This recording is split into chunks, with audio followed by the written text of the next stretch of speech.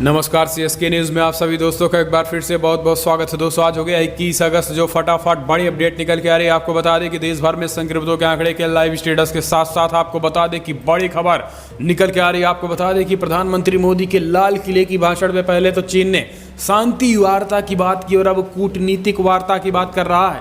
चीन के इस भारत के साथ फिर से बैठक का ऐलान कर दिया है। जल्द लंबित मुद्दों के निपटारे पर सहमति बनाने की बात भी चीन ने कह दी है। ये भी आपको बताएंगे इसके बारे में बैठक होने वाली है। तो दूसरी तरफ पाकिस्तान की गीदड़ भभकी, इमरान के बड़बोले मंत्री दे रहे हैं परमाणु युद्ध की धमकी। बोले जंग हुई तो भारत पर सीधे परमाणु हमला करेंगे और वहां के मुसलमानों को भी बचा लेंगे, केवल हिंदुओं को मारेंगे। इस तरीके की बात सामने आई। इसके बारे में तो जाने के लिए इस बीच इमरान खान की उल्टी गिनती शुरू। दरअसल यूएई यानी सऊदी अरब के इशारे पर राजनीति में उतरने जा रहे हैं जनरल राहिल शरीफ, पूर्व पाक चीफ। ये भी आपको बताएंगे कि कैसे अब यूएई राजनीति में भी हस्तक्षेप करने लगा पाकिस्तान की। तो वहीं बड़ी खबर निकल के आ रही है, जहां पर बिहार चुनाव को लेकर बड़ी अपडेट निकल के आ रही है। बिहार में आरजेडी को बड़ा झटका, इसके बारे में जानेंगे। और इस बीच Mumbai police commissioner Parambir Singh social media पर ट्रेंड, लोग मांग रहे हैं इस्तीफा। जी हां, और सीबीआई ने एंट्री कर दिया है मुंबई में, जांच शुरू हो चुकी है। सब कुछ खबरें एक एक करके विस्तार से बताएंगे। तो वहीं भारत किस तरीके से बॉर्डर पर तैनात सैनिकों के चौकन्ना है, ये भी आपको बताएंगे सब कुछ। लेकिन उससे पहले छोटा सा निवेदन, अगर आपने चैनल को अभी तक सब्सक्राइब नहीं किया तो प्लीज़ सब्सक्राइब की लाल बटन दबाकर चैनल को सब्सक्राइब करें। और अगर आप भी मानते हैं कि प्रधानमंत्री मोदी के नेतृत्व में न केवल देश कोविड-19 बल्कि देश के दुश्मनों को भी मुंहतोड़ जवाब देगा और भारत पीएम मोदी के नेतृत्व में एकदम सुरक्षित, वीडियो को लाइक करके अपना समर्थन दर्ज करें। दरअसल पहली बड़ी अपडेट निकल के आ रही है। आपको बता दें कि देश भर में संक्रमितों का आंकड़ा 29 लाख के आंकड़े पार कर गए हैं। 29,03,000 कन्फर्म केसेस, पिछले 24 घंटे में 67,000 के करीब लोग कन्फर्म केसेज आए हैं। मृतकों की संख्या 54,000 के आंकड़े पार कर गई है। तो वहीं आपको बता दें कि रिकवर यानी स्वस्थ होने वालों का आंकड़ा 21,54,000 के करीब हो चुकी है। तो टोटल 58,58,000 पिछले 24 घंटे में ही स्वस्थ हुए हैं। वर्तमान में एक्टिव केसेस 6,93,000 करीब अभी भी कोविड-19 से पॉजिटिव है। हम चलते हैं अगली अपडेट लेते हैं। आपको बता दें कि लाल किले के भाषण से चीन की बदली नज़र आ रही है। वहाँ से पहले तो शांति वार्ता की बात की और अब कूटनीतिक वार्ता की बात कर रहा है। प्रधानमंत्री मोदी के एक चेतावनी के बाद बदल गए चीन के बोल। दरअसल भारत और चीन के बीच पूर्वी लद्दाख में गतिरोध लंबा खिंचता नजर आ रहा है। कई जगहों पर चीनी सेना की पूर्ववर्ती जगहों पर जाने के बावजूद कुछ जगहों पर अभी भी पीछे हट रही हैं। आपको बता दें कि इस बीच भारतीय विदेश मंत्रालय गुरुवार को प्रेस ब्रीफिंग के दौरान कहा है कि भारत और चीन लंबित मुद्दों को जल्द निपटारे पर तैयार है। भारत और चीन के बीच राजनयिक वार्ताओं को लेकर विदेश मंत्रालय के प्रवक्ता अनुराग श्रीवास्तव ने कहा है कि चीन का विदेश मंत्रालय लगातार संपर्क में है और हम दोनों विदेश मंत्रियों की तरफ से बैठ करके इस मुद्दे पर चर्चा हो रही है और जल्द ही कूटनीतिक तरीके से इस मसले का हल भी चीन चाहता है और हम भी चाहते हैं। और चीन जल्द से जल्द इस मसले पर बैठक चाहता है और कूटनीतिक तरीके से इस पर बहस हो और जल्द से जल्द ऐसे एलएसी का मुद्दा सुलझाया जाए।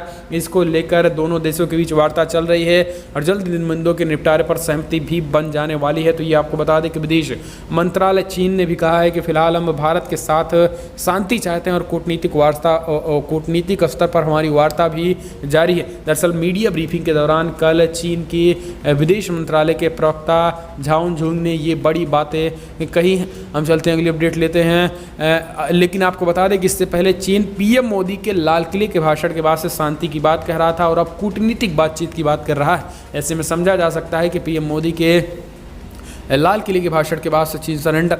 हम चलते हैं अगली अपडेट लेते हैं। पाकिस्तान के बड़बोले मंत्री बोले शेख रशीद अहमद की धमकी, बोले भारत पर सीधे परमाणु हमला करेंगे।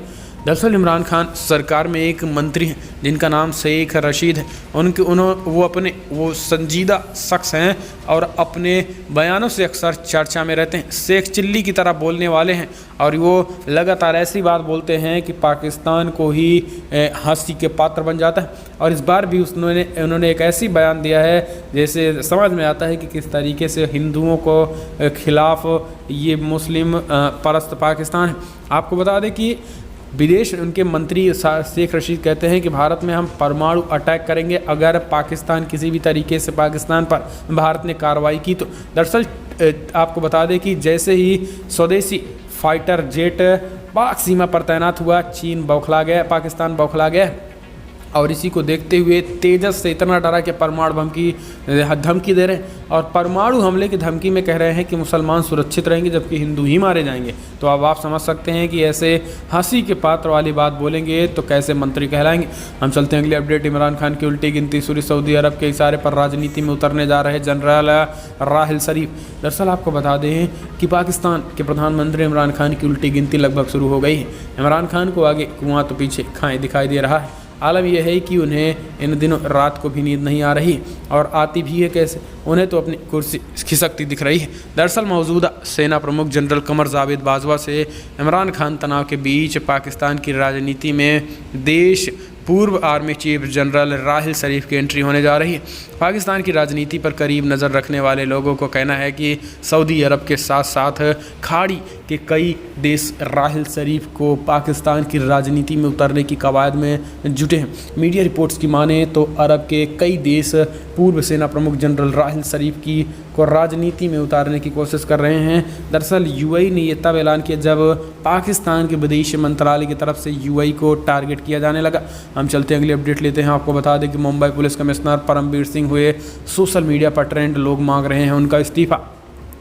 दरअसल बॉलीवुड एक्टर सुशांत सिंह राजपूत के मौत के मामले में बुधवार को सुप्रीम कोर्ट ने सीबीआई को सौंप दिया है। कोर्ट ने इस मामले में मुंबई पुलिस को सुशांत केस में मदद करने की बात कही। इसके बाद कुछ लोग सोशल मीडिया पर मुंबई पुलिस के कमिश्नर परमबीर सिंह के ने काफ़ी नाराज़ दिखे। उनका आरोप है कि परमबीर सिंह और मुंबई पुलिस ने सुशांत के केस में सबूतों के साथ लापरवाही भी की है या फिर जानबूझकर नज़रअंदाज भी किया है। केंद्र सरकार की स्वच्छता रैंकिंग में इंदौर ने लगातार जहां चौथी तरफ वो बनाई, तो वहीं आपको बता दें कि देश भर में ट्रेंडिंग कर रहा है और इस्तीफे की लोग मांग कर रहे हैं। हम चलते हैं अगली अपडेट लेते हैं। चीन ने लिपू लेक में बनाया मिसाइल प्लेटफॉर्म। चीन की सेना 100 किलोमीटर के दायरे में कर रही है पक्के निर्माण। दरअसल एक तरफ चीन तो लगातार कूटनीतिक और शांति की बात कर रहा है, तो वहीं आपको बता दें कि वो लिपू लेक में एक मिसाइल प्लेटफॉर्म भी बना रहा है। चीन की सेना 100 किलोमीटर के दायरे में पक्के निर्माण भी कर रही है। हालांकि भारत इन सब से बेखबर नहीं है।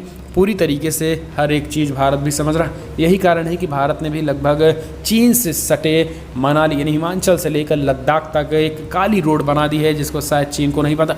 यानी 15 मिनट में किसी भी तरीके की अनहोनी होने पर 10 से 15 मिनट यानी आधे घंटे में चीनी बॉर्डर पर सैनिकों की तत्काल आवाजाही हो जाए। हम चलते हैं अगली अपडेट। अयोध्या में 1000 साल तक बुलंद रहेगा राम मंदिर। दीवारों पर आप भी दर्ज करा सकते हैं अपना नाम। दरअसल यूपी के अयोध्या में लंबे इंतजार के बाद राम मंदिर बनने जा रहा है। भूमि पूजन के बाद इसके निर्माण की प्रक्रिया भी तेजी से शुरू कर दी गई है। श्री राम जन्मभूमि तीर्थ क्षेत्र निर्माण ट्रस्ट के चंपत राय के अनुसार राम मंदिर का निर्माण होने में 36 माह का समय लगेगा। मंदिर का निर्माण 1000 साल को ध्यान में रखकर किया जा रहा है। ऐसी कोशिश है कि समाज का हर वर्ग श्री राम के दर्शन कर सके। उन्होंने बताया है कि ट्रस्ट की तरफ से बैंक अकाउंट जारी किए गए हैं। इनमें से लोग स्वेच्छा से दान दे सकेंगे। इसके अलावा तांबे की पत्तियां भी लोग भेज सकते हैं। बताया जा रहा है कि स्टैचू ऑफ लिबर्टी की तर्ज पर तांबे की परत बनाकर मंदिर का निर्माण होगा। मंदिर सालों साल ऐसे ही खड़ा रहेगा। इसके खास तरह के मंदिर निर्माण हो रहा है। ट्रस्ट के अनुसार मंदिर निर्माण में लगने वाले पत्थरों को जोड़ने के लिए तांबे की पत्तियों का उपयोग भी किया जाएगा। निर्माण के लिए 80 इंच लंबी 3 मिलीमीटर गहरी और 30 मिलीमीटर चौड़ी 10,000 पत्तियों की भी आवश्यकता होगी। हम चलते हैं अगली अपडेट लेते हैं। सुशांत सिंह राजपूत केस की जांच को लेकर Mumbai police CBI team BMC बोली नहीं करेंगे क्वारंटाइन। दरअसल बॉलीवुड एक्टर सुशांत सिंह राजपूत की मौत के मामले में एससी के फैसले के बाद केंद्रीय जांच ब्यूरो की एक टीम जांच के लिए गुरुवार शाम को मुंबई पहुंच गई। हाल ही में सीबीआई ने सुशांत राजपूत की गर्लफ्रेंड रिया चक्रवर्ती, उनके भाई शोभिक चक्रवर्ती समेत कई लोगों को आरोपी बनाया है। सीबीआई की टीम की मुंबई पहुंचने पर नगर निगम के अधिकारी ने कहा है कि उन्हें क्वारंटाइन नहीं किया जाएगा। मालूम हो कि पिछले दिनों जब पटना में एफआईआर दर्ज होने के बाद जांच के लिए बिहार पुलिस के अधिकारी विनय तिवारी मुंबई पहुंचे तो उन्होंने बीएमसी ने क्वारंटीन कर दिया था। हालांकि सीबीआई के मसले पे ऐसा नहीं करेगा बीएमसी। हम चलते हैं अगली अपडेट। आपको बता दें कि जूना अखाड़े ने स्वामी अवधेशानंद ने किया पालघर मामले की सीबीआई जाँच की मांग। जी हाँ, दरअसल आपको बता दें कि जूना अखाड़े के स्वामी अवधेशानंद गिरी ने महाराष्ट्र के पालघर में हुई साधुओं की हत्या के मामले में जाँच सीबीआई से कराने की मांग की है। दरअसल आपको बता दें कि पालघर मामले में भी अब सीबीआई की मांग उठने लगी है और पालघर में साधुओं की हत्या को लेकर कोई कार्रवाई न होने की वजह से जूना अखाड़ी का कहना है कि अभी तक न्याय नहीं हो सका। इसे लेकर लोगों में ज़बरदस्त गुस्सा है। उन्होंने कहा है कि अपने नेता सुशांत सिंह राजपूत की मौत के मामले में की तरह ही इसमें भी सीबीआई जांच होनी चाहिए। तो आप कमेंट के माध्यम से अपनी राय देना ना भूलें। अगर आप भी मानते हैं कि पालघर केस में भी 3 साधुओं की हत्या के मामले में भी सीबीआई जांच होनी चाहिए या फिर नहीं। हम चलते हैं अगली अपडेट लेते हैं। राजस्थान में अभी भी नहीं थमा है बगावत। दरअसल आपको बता दें कि जयपुर कांग्रेस दफ्तर जैसे ही सचिन पायलट पहुंचे और इस बात को जब राजस्थान के मुख्यमंत्री को पता चला तो उन्होंने अपना दौरा ही कैंसिल कर दिया। गहलोत को आना था लेकिन वो नहीं आए। दरअसल राजस्थान कांग्रेस के प्रदेश अध्यक्ष के पद से हटाए जाने के बाद पहली बार पूर्व उप मुख्यमंत्री सचिन पायलट जयपुर में प्रदेश कांग्रेस के दफ्तर पहुंचे और पूर्व प्रधानमंत्री राजीव गांधी को श्रद्धांजलि दी। मुख्यमंत्री अशोक गहलोत को भी इसी कार्यक्रम में आना था। राजस्थान प्रदेश कांग्रेस कमेटी की तरफ से कहा गया कि 10:30 बजे मुख्यमंत्री अशोक गहलोत और नए प्रदेश अध्यक्ष गोविंद सिंह टोटसरा पूर्व पीएम राजीव गांधी को प्रदेश कांग्रेस मुख्यालय में श्रद्धा सुमन अर्पित करेंगे, मगर अशोक गहलोत नहीं पहुंचे। उनकी जगह सचिन पायलट प्रदेश कांग्रेस के दफ्तर पहुंचे। सचिन पायलट के आने के साथ ही सीएम अशोक गहलोत के लिए जो पुलिस बल और पुलिस रूट लगा था उसे हटा लिया गया। दरअसल मुख्यमंत्री अशोक गहलोत को 11 बजे इंदिरा रसोई योजना की शुरुआत करनी थी। इसके लिए कार्यक्रम 10:30 बजे रखवाया गया था। हम चलते हैं अगली अपडेट लेते हैं। जेडीयू में शामिल हुए लालू के समधी चंद्रिका राय, 2 विधायकों ने भी बदला पाला। राष्ट्रीय जनता दल अध्यक्ष लालू प्रसाद यादव के समधी और विधायक चंद्रिका राय ने पार्टी का साथ छोड़ दिया है। चंद्रिका राय ने 2 आरजेडी विधायकों के साथ नीतीश कुमार की पार्टी जनता दल यूनाइटेड में शामिल हो गए हैं। चंद्रिका राय तेज प्रताप यादव के ससुर हैं। चंद्रिका राय के साथ आरजेडी के 2 विधायक जेडीयू में शामिल हुए। ये फराज फातमी और जयवर्धन यादव हैं।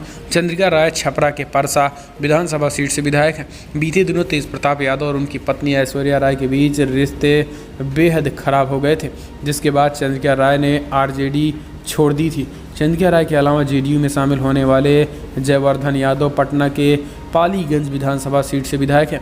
उनके अलावा दरभंगा के केवटी से आरजेडी विधायक फराज फातमी भी जेडीयू में शामिल हो गए हैं। 2 दिन ही फराज फातमी को आरजेडी के बाहर का रास्ता दिखा दिया गया था। हम चलते हैं अगली अपडेट। आपको बता दें कि आरजेडी में शामिल होने के बाद चंद्रिका ने ऐश्वर्या के भी चुनाव लड़ने के संकेत दिए। बोले सरकार बनाने का दावा करने वाले दोनों भाई तलाश रहे हैं सुरक्षित सीट। दरअसल जेडीयू में शामिल होने के लिए आयोजित मिलन समारोह में उनके बाद मीडिया से बातचीत में चंद्रिका राय ने अपनी समधी लालू यादव और आरजेडी पर जमकर हमला बोला। इसके साथ उन्होंने अपनी बेटी को भी चुनाव लड़ाने के संकेत दे दिए हैं। हम चलते हैं अगली अपडेट लेते हैं। आपको बता दें कि बड़ी अपडेट निकल के आ रही है। केजरीवाल का ऐलान, उत्तराखंड की सभी 70 सीटों पर चुनाव लड़ने जा रही है कजरी की पार्टी। आपको बता दें कि पंजाब और गोवा के बाद उत्तराखंड तीसरा राज्य है जहां आम आदमी पार्टी पूरी गंभीरता से चुनाव लड़ने जा रही है। पार्टी इसी सप्ताह उत्तराखंड के सभी 70 सीटों पर चुनाव लड़ने की घोषणा करने जा रही है।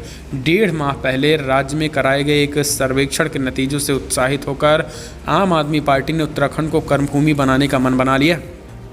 अमर उजाला को दी एक्सक्लूसिव वर्चुअल इंटरव्यू में आप सुप्रीमो अरविंद केजरीवाल ने माना कि वर्तमान में आपका बड़ा संगठन या नेटवर्क उत्तराखंड में नहीं है, लेकिन उन्होंने कहा है कि चुनाव पब्लिक की उम्मीद से लड़ जाते हैं, संगठन से नहीं। जनता की आशाएं के साथ हों और नेताओं की नीयत ठीक हो तो संगठन बनने में देर नहीं लगती है। कहा है कि दिल्ली में भी आम आदमी पार्टी के पास संगठन नहीं था और इसी को देखते हुए फिलहाल अब संगठन मजबूती के साथ 70 सीटों पर चुनाव लड़ेगा। आपको बता दें कि 2022 के विधानसभा चुनाव होने वाले हैं। हम चलते हैं अगली अपडेट लेते हैं। आपको बता दें बिहार चुनाव से पहले महागठबंधन को बड़ा झटका, जीतन राम मांझी ने तोड़ा नाता। दरअसल आपको बता दें कि बिहार चुनाव जैसे नज़दीक आ रहे हैं, आरजेडी को एक के बाद एक ताबड़तोड़ झटके लग रहे हैं। बिहार में विधानसभा चुनाव से पहले दोस्ती टूटने और नए रिश्ते बनने का सिलसिला जारी है।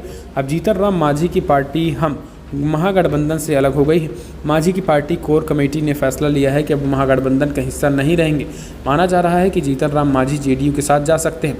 बिहार के पूर्व मुख्यमंत्री जीतन राम मांझी के पुत्र और हम पार्टी के एमएलसी संतोष सुमन ने कहा है कि कोर समिति की बैठक में फैसला लिया गया है कि महागठबंधन से हमारा दल बाहर हो जाएगा। हम लोग लगातार मांग कर रहे हैं कि महागठबंधन को सही तरीके से चलाने के लिए कोऑर्डिनेटर कमेटी बनाई जाए, मगर तेजस्वी यादव तानाशाह की तरह महागठबंधन पर अपने फैसले थोप रहे हैं, इसलिए महागठबंधन से हम रिश्ते तोड़ रहे हैं। तो बिहार महागठबंधन एक के बाद एक फूट मस्ती नज़र आ रही है। इसे में माना जा रहा है कि नीतीश सरकार कहीं न कहीं मजबूत स्थिति में हो चुकी है। हम चलते हैं अगली अपडेट लेते हैं। इसरो चीफ के सिवन का बड़ा ऐलान, नहीं होगा स्पेस एजेंसी का निजीकरण। दरअसल भारतीय अंतरिक्ष अनुसंधान संगठन इसरो के अध्यक्ष डॉक्टर के सिवन ने कहा है कि इसरो का निजीकरण नहीं होगा। ये बात एकदम स्पष्ट रूप से सबके दिमाग में क्लियर है। लोगों को ऐसी गलतफहमी हो रही है कि सरकार इसरो का निजीकरण करने जा रही है, ऐसा कभी नहीं होगा। इसरो की ओर से आयोजित एक वेबिनार में इसरो चीफ के सिवन ने ये बातें कही हैं। निजी कंपनियों को साथ लेकर चलने का प्रोग्राम है ताकि इसरो प्रौद्योगिकी विकास और क्षमता का विस्तार कर सके। तो एक बड़ी अपडेट है। तो दोस्तों अब हम चलते हैं कोविड-19 के दुनिया भर के आंकड़े के एक नज़र डाल लेते हैं। दरअसल दुनिया भर में कोविड-19 के जो आंकड़े हैं वो 2,24,00,000 के आंकड़े पार कर गए। 2,24,27,000 कन्फर्म केसेस, तो 7,88,000 करीब लोगों की मौत हो गई। यूनाइटेड स्टेट में 55,41,000 कन्फर्म केसेस, तो वहीं 1,73,000 के करीब लोगों की मौत हो गई है। ब्राज़ील में 34,60,000 कन्फर्म केसेस, तो 1,11,000 करीब लोगों की मौत हो गई है। इंडिया में 28,36,000 कन्फर्म केसेस, तो 53,000 करीब लोगों की मौत हो गई। जबकि रसिया में 9,42,000 कन्फर्म केसेस, तो 16,000 करीब लोगों की मौत हो गई है। ये दुनिया भर के कोविड-19 के आंकड़े हैं। तो दोस्तों फिलहाल बड़ी खबर भी इतना है, लेकिन अगर आपको वीडियो पसंद आया तो लाइक करें, शेयर करें, कमेंट के माध्यम से आप अपनी राय देना ना भूलें। इस वीडियो पर इतना ही। जय हिंद, वंदे मातरम।